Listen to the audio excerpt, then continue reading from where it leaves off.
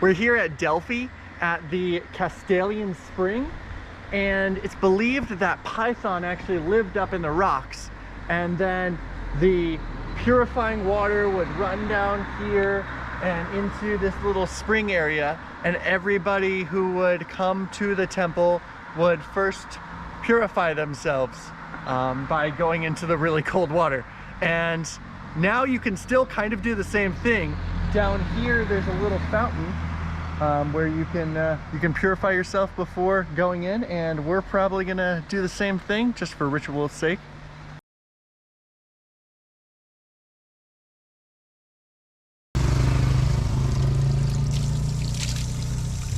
Woo! I feel refreshed and purified. Time to go to Delphi.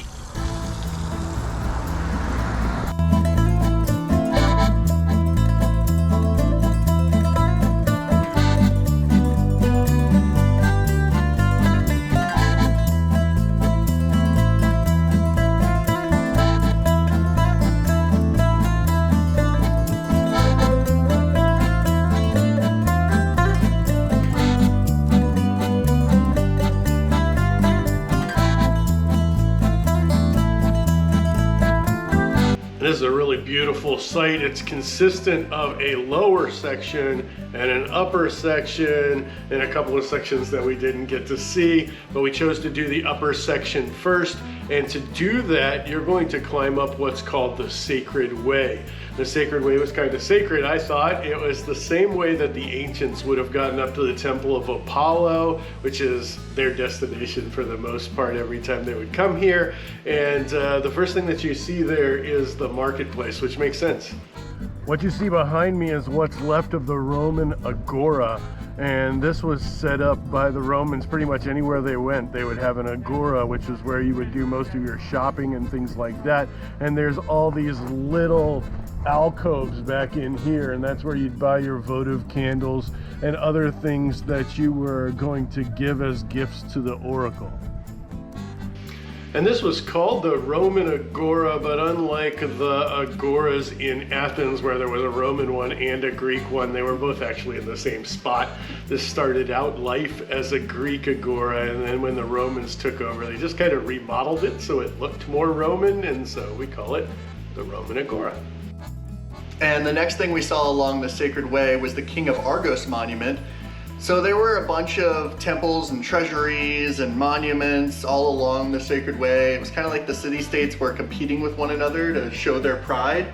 And the King of Argos monument was one of these examples. It actually used to house a bunch of really cool statues of the kings of Argos. Yeah, and they were on both sides. And then if you looked off to the left, the highlight of that was a bunch of kids playing on the ruins. Don't let your kids play in the ruins. It's totally abusive. There were so many people there that were blowing whistles at us the second you step off of the trail, which I think is actually kind of good, but they didn't even blow the whistles at these kids. And just beyond the parent playground, there was like this really cool like thumb-shaped rock that was right underneath a really beautiful building that had been restored nicely. This rock behind me is the Omphalos at Delphi. And as the story goes in Greek mythology, Zeus let go two eagles, one to fly to the east, one to fly to the west. And where they came together is right here. And it's called the navel of the earth. And I guess the earth is naughty. Now we know.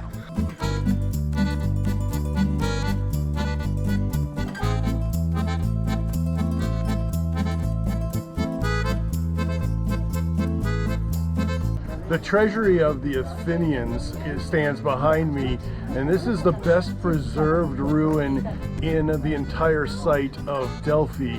It was actually a place where they were either celebrating the onset of democracy in Athens, or where they were celebrating the victory of the Battle of Marathon. They're not sure which, but either way, it held treasures that they had taken in battle over the years, and it was a beautiful little sanctuary that was dedicated to Apollo Pythios, who ruled this area after he defeated Python. Right next to the treasury was another cool monument that doesn't really look like much, but it had a really interesting history.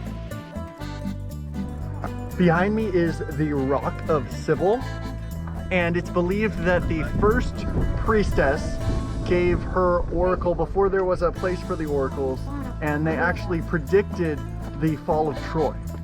And the next thing you're going to notice, and probably noticed in that video, was that there was this really cool wall that kind of reminded me a little bit of Cusco that ran along behind that and behind a couple of other really cool structures. So this is a polygonal wall, and it's really uniquely shaped so that each piece would fit in, and I think that's why it's preserved to this point. But they also have all of this different writing along each one of the stones, and I'm not sure what that's for, but if you guys know what they were doing there, leave it for me in the comments below. I'd always like to learn. And as you round the corner of that beautiful wall, you get your first real sight of the Apollo temple. And this is what you're mostly here to see. It's the most iconic thing. But I was kind of distracted by this like bronze or brass column that was all spherical, and it was beautiful, and we had to go check it out. Yeah, so that's actually a replica of the Panthean Tripod, which were these bronze snakes. There was 3 of them. They were all intertwined, and it was really beautiful. It held like this gold chalice on it. And it was rumored to actually have been Persian armor and weapons that were melted down as a gift to Apollo for helping them defeat the Persians. Yeah, I heard it was really, really cool, and I look forward to seeing it because they've actually got it up in the Hippodrome in Istanbul, where we're going to be going to soon.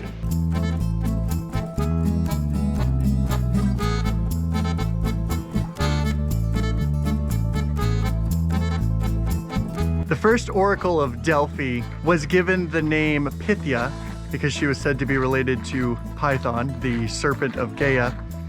And every oracle afterwards was given the same name. So there's actually a belief that it was kind of the same person and they live forever. So many people went to Delphi to get their oracle read to figure out, what to do in times of war or who to give money to, all these really important things that they would trust, essentially magic and drugs. This is the Temple of Apollo where the Oracle of Delphi would have actually performed her magic, and there's apparently back in the central area here a little crack in the bedrock, and through the crack in the bedrock came up fumes of hydrocarbons, and specifically ones that made you hallucinate. And so the oracle, when she was asked a question, would breathe those in really deep and take a toke of it, and then she'd start spouting off essentially nonsense with this like little semblance of intel in it, which allowed people to try to interpret what she was saying, and sometimes they got it right and sometimes they got it wrong. According to Plutarch, this is like 9 days out of the year. It must have been like holidays or something like that, and only on those 9 days would the oracle actually operate. People would come from far and wide to get their fortunes read by the Pythia of Delphi. And they would ask their questions to the priest of the temple, and then the priest would ask the question to the Pythia, and she would have her hallucinogenic visions and spit her nonsense. And then the priest would go out to the people who asked the questions, tell them what the Pythia said, and it was up to them to try to figure out what that meant. Sometimes they were right, sometimes they were wrong. When they were wrong, a lot of times they went back to the oracle, and the oracle was like, know thyself, meaning it's your job to diagnose what I'm saying. And you can climb up further into the sanctuary of Apollo, and the highlight here really for me was the views. It is a breathtaking gorge, and there's all these reveals, and there was some beautiful cherry blossoms up there. I can't imagine a better setting for something like this. It was kind of hard to drive there, so I can imagine that it would have been difficult to walk to there, but they certainly would have enjoyed the views along the way. We walked up a little bit further and then we saw this section that was all taped off. That was actually the walkway to the stadium, which was unfortunate because the stadium's really cool. It was the host of the Pythian Games, which was like the predecessor to the Olympics, and people would come from far and wide and compete in musical and, of course, athletic competitions. And it was this really big thing, and they were really well known for their chariot races. Right, and those would happen at their hippodrome, and they don't really 100% know where that's at. So they found with like LiDAR is what I heard, they found like the shape of a hippodrome, and it looks like the area where terraces are and things like that. But there's very little of it left. And this was a really big hippodrome. It was only rivaled by the one at Olympia, which is equally hard to find. But we're gonna be in Olympia for next Friday's vlog, and that place was amazing too. So make sure that you subscribe and like and do all those good things. So we weren't able to see the stadium or the hippodrome, but we were able to see the theater. Unfortunately, that was also roped off, so we didn't get to like go in the theater or anything, but it was still cool to see, and I really liked the views from up top there.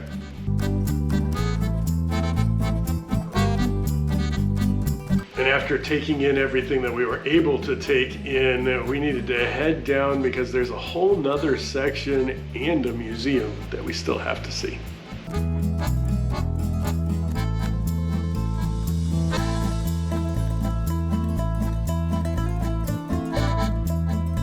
One thing you can't miss when you go to Delphi is the museum. It's full of really amazing artifacts, and it's included in your admission, right? So make sure you hold on to your ticket because you get into the museum and the site, and it's definitely worth it. And along our way, we made some furry friends.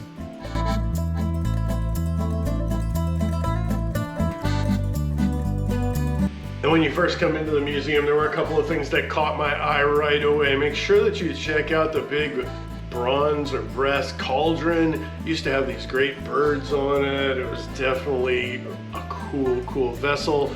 And then you can see there's a bunch of artifacts in there. Even in Athens, I'm drawn to the metabes. They're the things that go in between the triglyphs, which are all along the pediment of old temples and old things. These are the ones from the Mycenean Treasury, and they're relatively well preserved. And one of my favorite artifacts in the museum was the Koroi statues. They're actually the oldest monumental votive offering at Delphi. I really liked it because I think it's cool how the ancient and the archaic Greek art looks a lot like some of the stuff you'd see in Egypt. There was also a room next to it with statues that once stood in the pediments of the Temple of Apollo, really similar to the kind of stuff we saw in the Athens Archaeological Museum. I thought that was really cool. And then there were more statues of like warriors and athletes, and these were votive statues as well. But I think the most impressive in that room was the Hellenistic statues, which the detail of their beard and their hair was just so impressive. In the center of the room with all the statues stood a replica of the ornate Omphalos that once rested in the Temple of Apollo.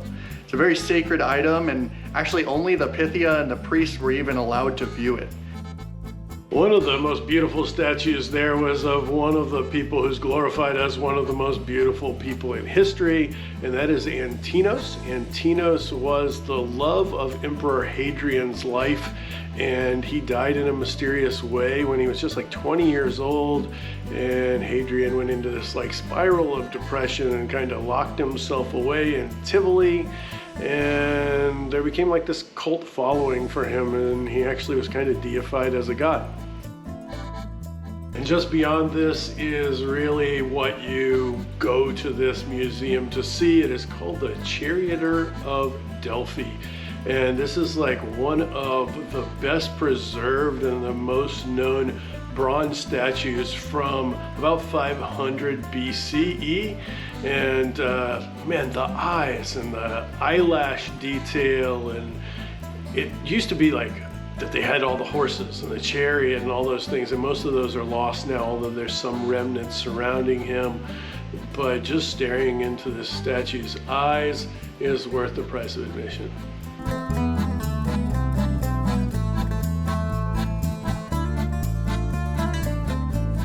And after you spend as much time there as you like and read everything that you want to read, you're going to head back down because there's still another section to see down lower.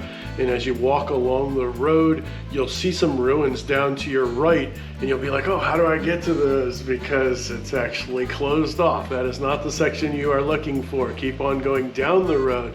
That's actually the gymnasium, and I fell victim to it and was down there trying to figure out how to get there. It is closed. They haven't done any real restoring there. The section you're looking for is around the corner. So when you're going down to the lower part of Delphi, the first little alcove you come to is not where you need to go. It's actually another like 5-minute walk up on your right to go see the Athena of Pronaia. I think that's what it's called.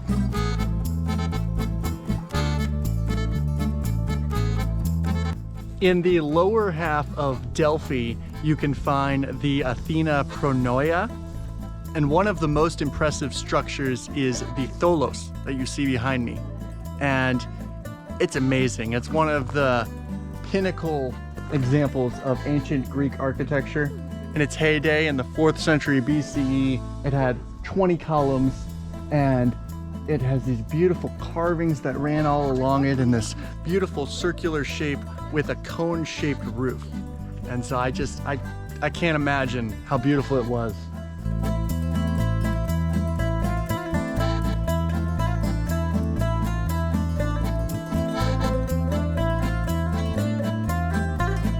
The Tholos was really cool. There were also some remnants of some ancient temples to Athena and a couple of treasuries and priest houses, but it was all but rubble, essentially. Only the Tholos was anything that was still standing, but it was still really cool to see, and I'm glad we went down there.